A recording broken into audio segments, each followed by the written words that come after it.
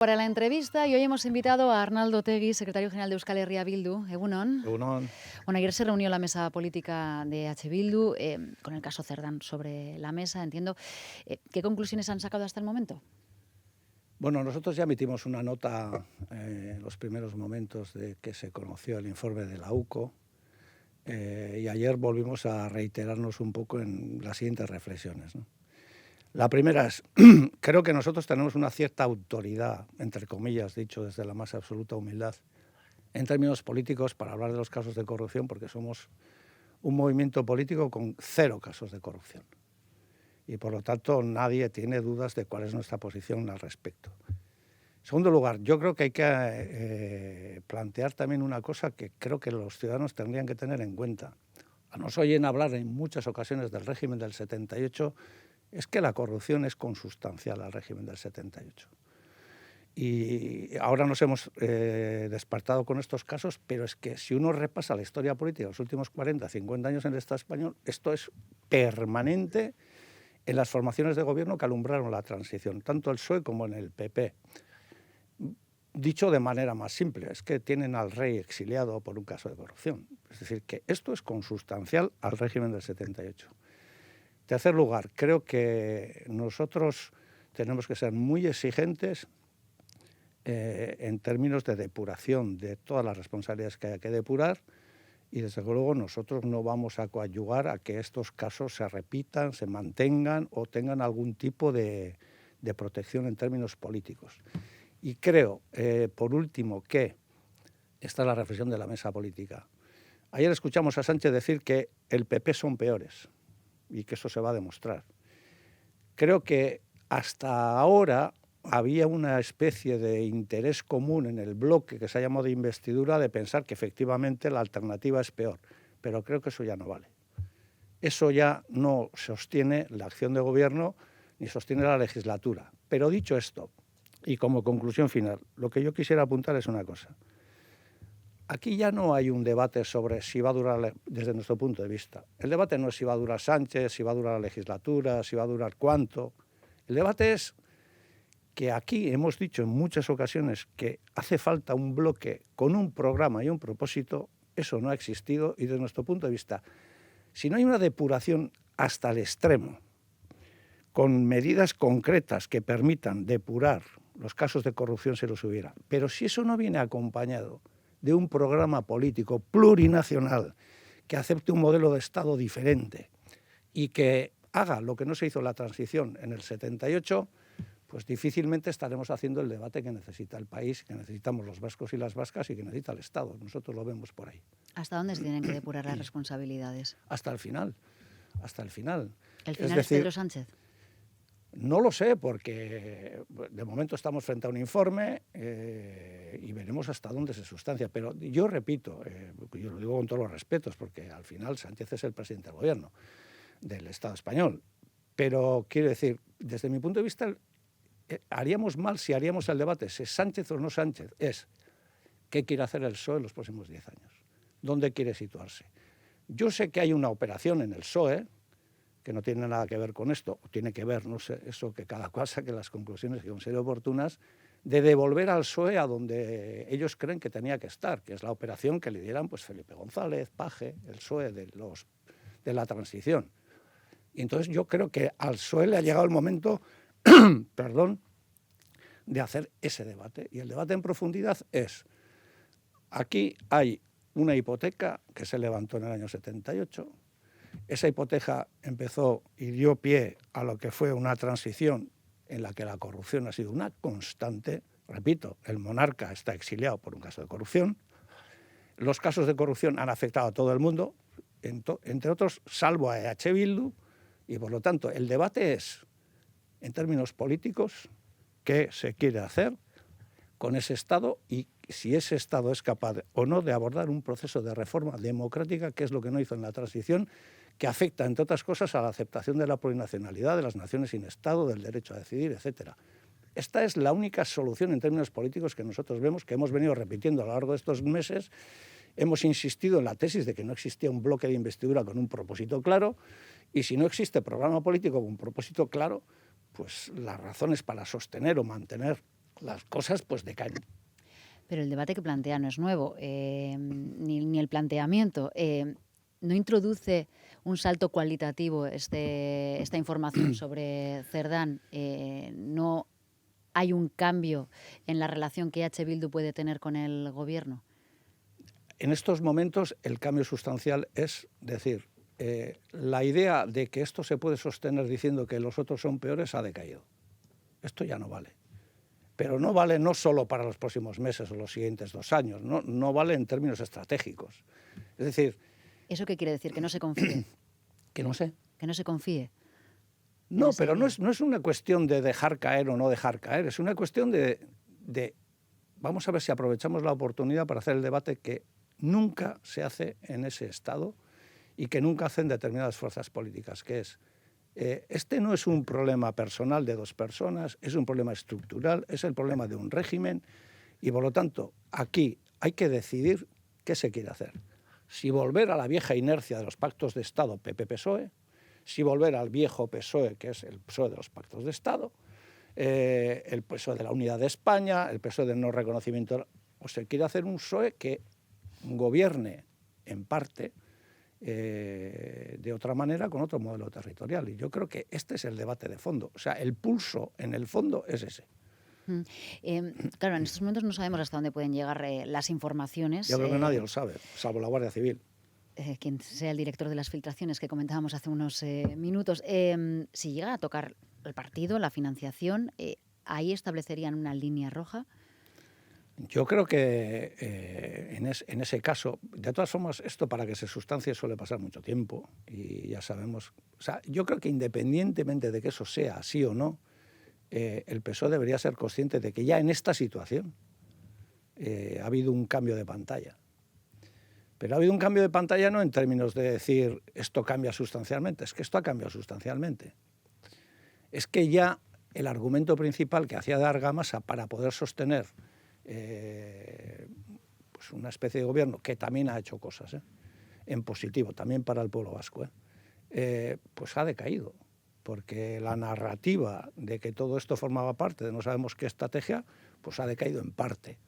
Y en ese sentido, evidentemente, la situación ha variado sustancialmente. Es decir, pensar que se puede sostener, no ya una persona o una legislatura, sino que se puede sostener una estrategia a medio-largo plazo en términos estratégicos desde la posición de los otros son peores, eso ya no va a funcionar. No va a funcionar. Pero no porque lo diga Euskal Herria Bildu, sino porque es insostenible ante la gente. Sabiendo que la alternativa es peor, pero solo con eso ya no vale. Eso tiene que venir acompañado de un proyecto democrático de verdad que satisfaga los intereses de las naciones sin Estado y que satisfaga los intereses de las clases populares y de las clases trabajadoras en el Estado español. Y eso es hincarle el diente al debate de verdad, que es el debate estructural, que es o levantamos las hipotecas del 78 y planteamos un bloque que esté en otra cosa, o realmente esto no se va a sostener. Les han llamado de Moncloa. ¿Se van a reunir con Pedro Sánchez? Creo que han anunciado una ronda. No hemos hablado con Pedro Sánchez, pero creo que sí los grupos parlamentarios están anunciando una ronda en la que, hasta de lo que sabemos van a plantear cuál es la posición de los grupos, pero yo creo que, yo lo vuelvo a repetir, habría una equivocación en pensar, ¿qué opinan los grupos? Pues opinamos esto, que es, primero, hay una pantalla que se ha sobrepasado, que creo que también lo dijo el Lehendakari, estamos en otra pantalla. En esa pantalla ya no vale solo decir los otros son peores, porque evidentemente lo son, a todos los niveles, pero con eso solo no se puede sostener una legislatura ni se puede sostener un gobierno. O sea, nosotros no tenemos ningún interés en abrir la puerta a la extrema derecha, pero lo que vamos a plantear es con total humildad.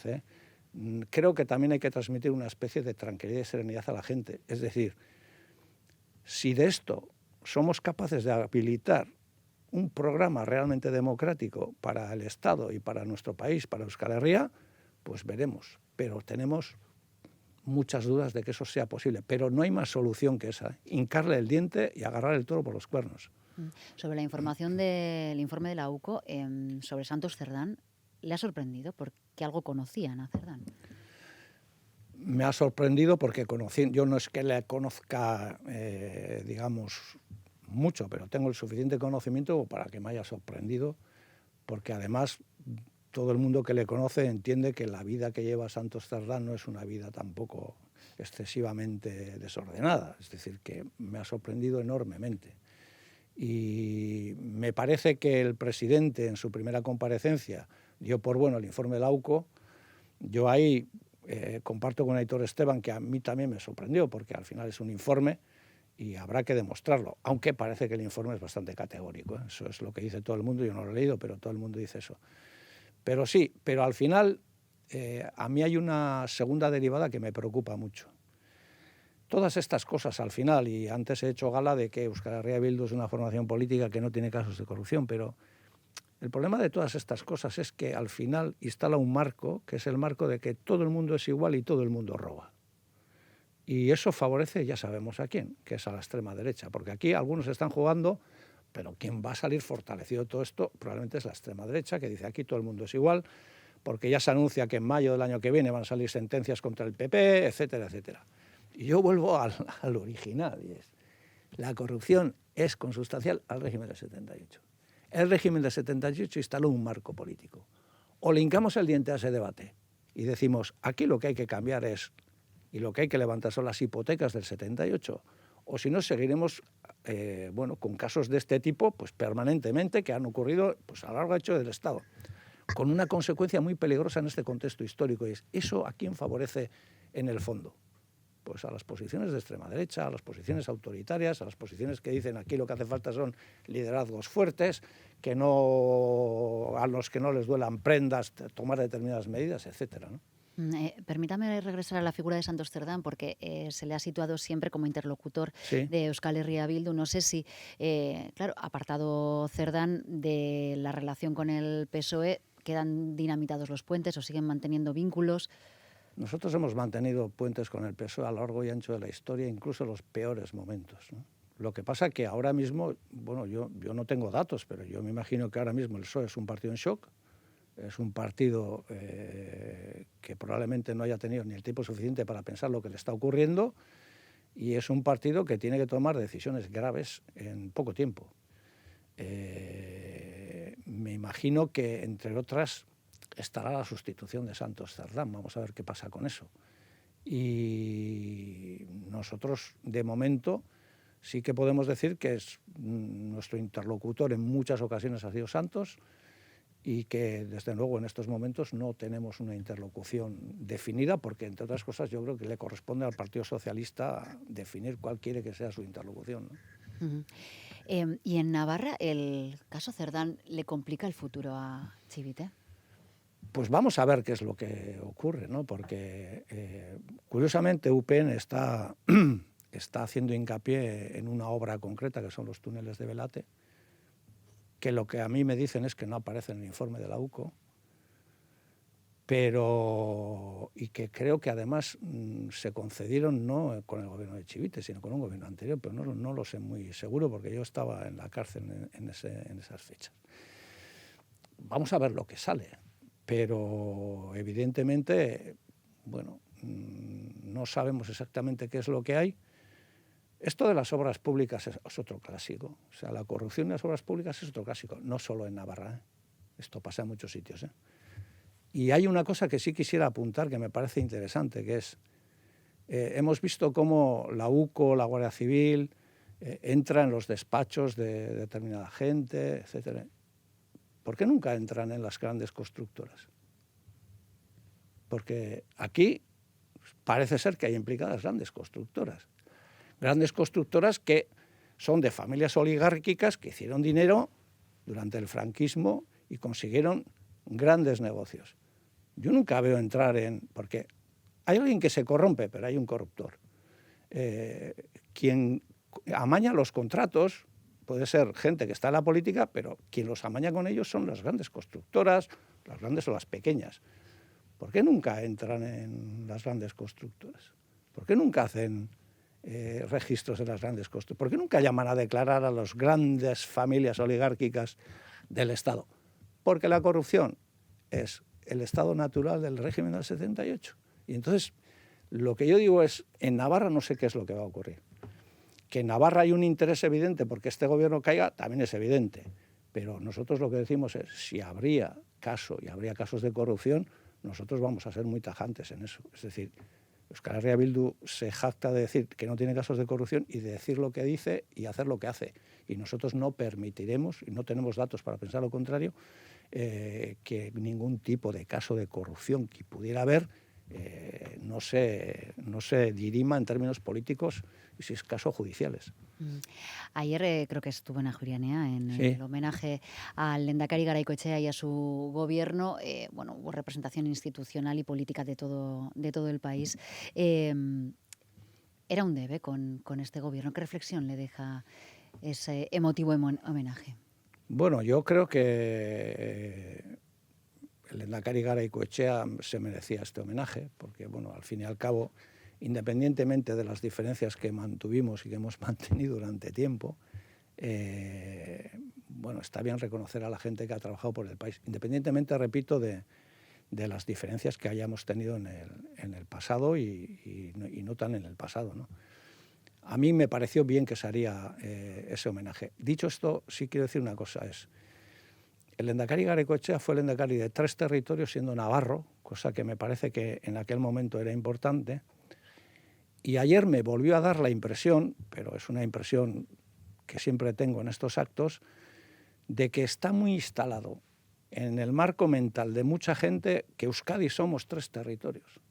Y ayer, felizmente, los que le bailaron el aurresco pertenecían a 4 territorios, pero sí que creo que eso no nos hace bien como país. Es decir, que yo estoy de acuerdo en que habría que hacer un homenaje, tuve ocasión de estar con él, le conozco desde hace mucho tiempo, tuve ocasión de saludar a los consejeros que estuvieron con él, fue un acto merecido, yo creo, y en cualquier caso vuelvo a hacer la misma reflexión, ¿no? Me da que nos hace daño como país eso de coger 3 territorios por el todo. Pero bueno, no es momento de porque no es su responsabilidad. En ese acto coincidiría con Aitor Esteban, con Eneko Andueza. Sí. No sé si tuvo oportunidad de charlar con ellos. ¿Tienen conversaciones pendientes? Sí, bastantes.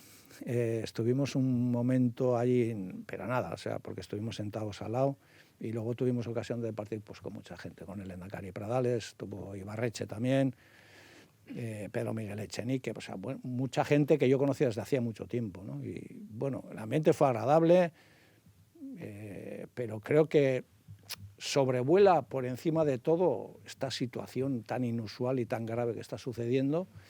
Sobre todo creo que hay una impresión de que nadie sabe exactamente cuál es el alcance de las cosas que van a ocurrir, porque cuando pasan estas cosas además se dispara, es como la pata al hormiguero, ¿no? Se disparan las especulaciones sobre los informes, y creo que a Euskal Herria Bildu le corresponde dar una imagen, creo que lo hemos hecho, de una cierta serenidad, una cierta tranquilidad.